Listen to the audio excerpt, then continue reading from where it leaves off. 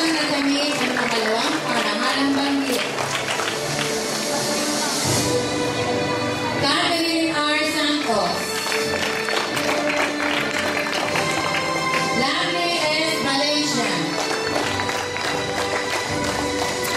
Jerlyn May B. Valenia,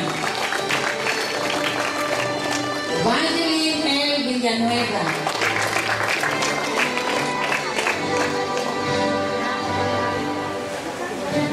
gamit ng parangalan sa ika-anim na baitang. Ang pangatlong parangalang banggit ay nakamit ni Regine O. Costo. Siya ay panganay na anak ni Ginoong at tinang Roldan B. Costo. Lumakas siyang mabait at matulungin sa mga magulang. Aktibo siyang sumali sa iba't ibang paligsahan tulad ng journalism, NCAP Challenge, Scouting at Red Cross Youth. At ngayon, sa kanyang pagtatapos ay natamo niya ang pangatlong parangalang banggit. Ang batang may pagmamalaki ng kanyang mga magulang, Regine Oribe Costo.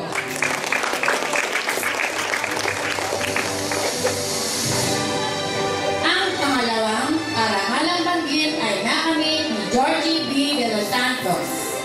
Siya ay panganay na anak ng Ginoong at ginang Jaime G. De Los Santos. Lumaking matalino at masunuring bata. Aktibo siya namuno sa iba't ibang samahang pampaaralan tulad ng SLKP at Red Cross Youth.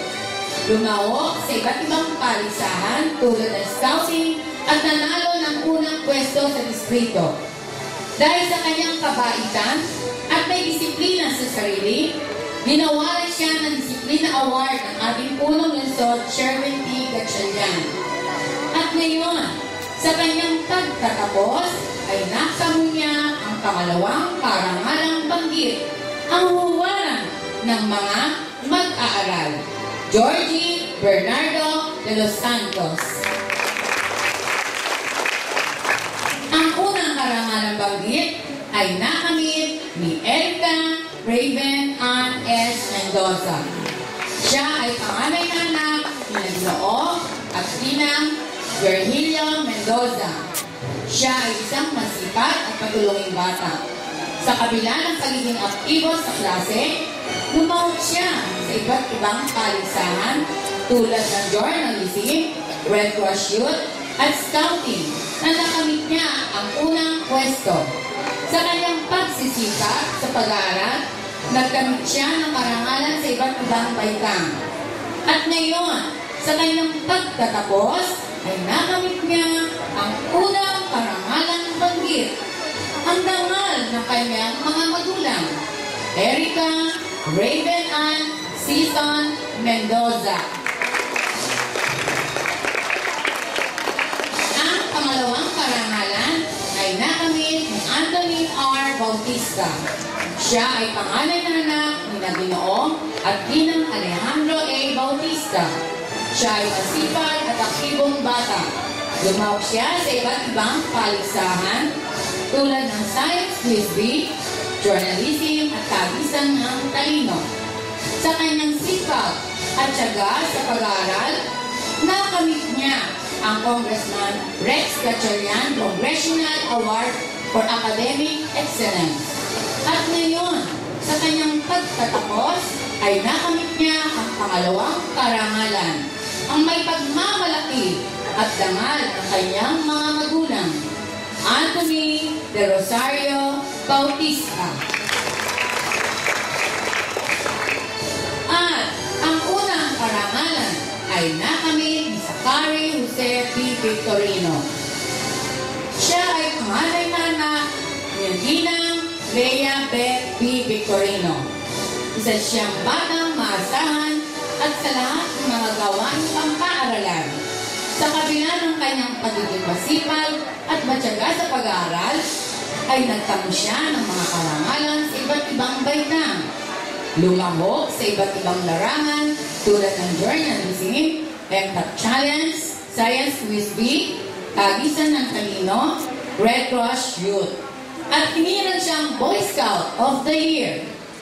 Nakamit niya ang Congressman Rex Gatchalian Congressional Award for Academic Excellence, West Estudiante Excellence Award, Councilor Richie Cuadra Outstanding Leadership Award, Councilor Antonia Espiritu Academic Excellence Award.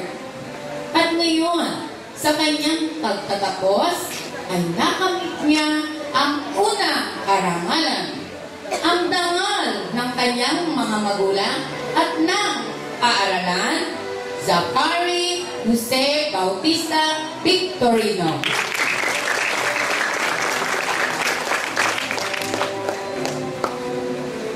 Ang mga batang nasalat nito ngayon ay nagkamit ng karangalan hindi matutumbas ng anumang bagay. Sila ang huwaran ng mga mag-aaral at dangal ng mga magulang. Bigyan po natin sila ng masigabong palakpakan.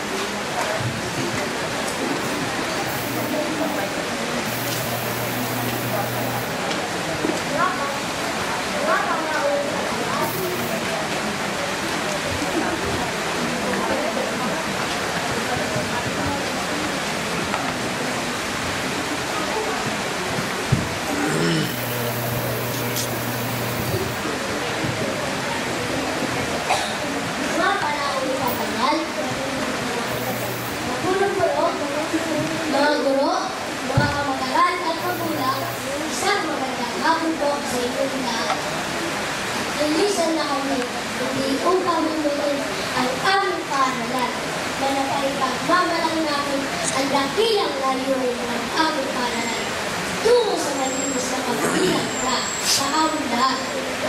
Ang paghubog ng magagandang ugali at kabyasnan ng aming lahi. Patuloy namin harapin ang panibagong hamon ng ating edukasyon bilang ikalawang yugto ng ating buhay, ang mataas na paaralan.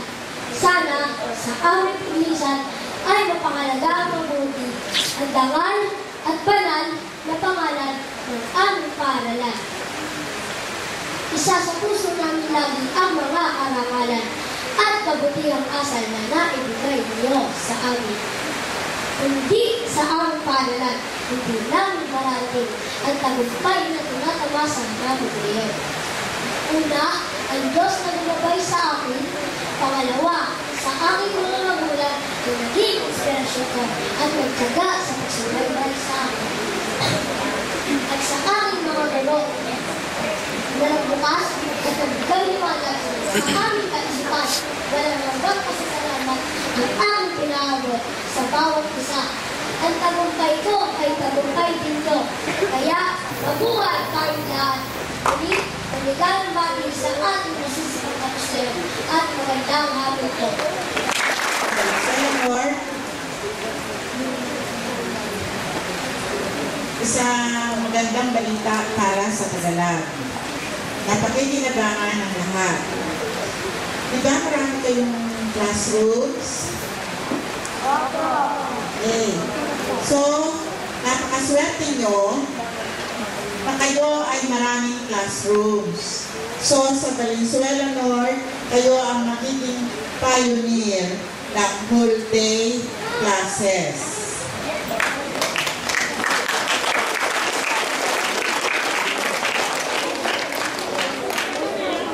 Kaya ang guro ay di tumatalakpak. Huwag kayo sa akin nagagalit. Huwag kayo sa akin malagalit, ha? Kasi, kayo ay sobra na sa classroom. So, pasalamat tayo kay Mayor. Kayo ang pioneer. Okay? O hindi, okay.